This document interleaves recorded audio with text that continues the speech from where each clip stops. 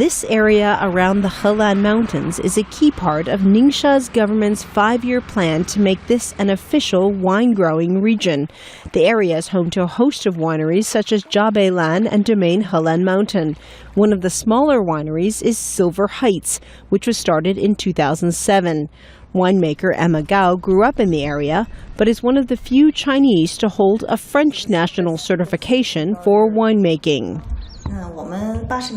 When I was growing up in the 1980s, the wine we drank was sweet, which is how we thought all wine was. We would even add some other beverages to it so that it would be more palatable. If it was like a proper red wine, very tannic, we would not like it very much.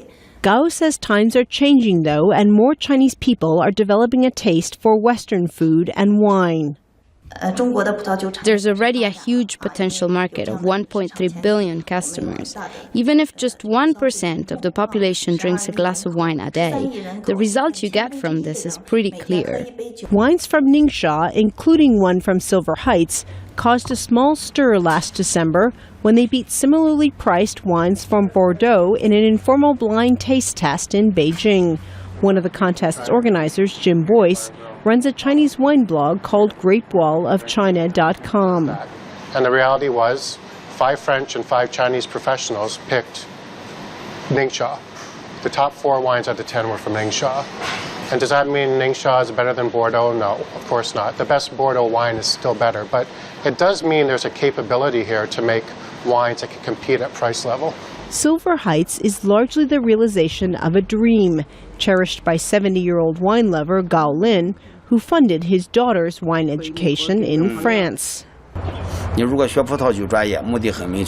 told her if you study winemaking, the goal is very clear. We can have some fields here and we can cultivate grapes. Afterwards, you can come back and work here.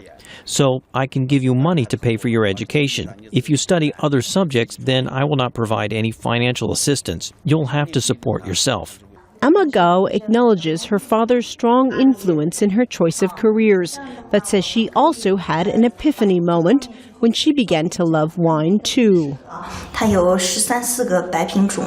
I was tasting 13 or 14 different kinds of Chardonnay.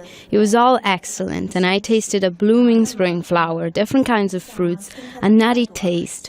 All of these tastes were delightful. Afterwards, I did a lot of other tastings in places like Burgundy, the Loire Valley. Every area has its unique wines and tastes. Gao says Ningxia wines also have distinctive characteristics. Her winery produces only red wines, which judges have described as spicy and reminiscent of roses, tomatoes, and black fruits. Stephanie Ho, VOA News, Yinchuan, China.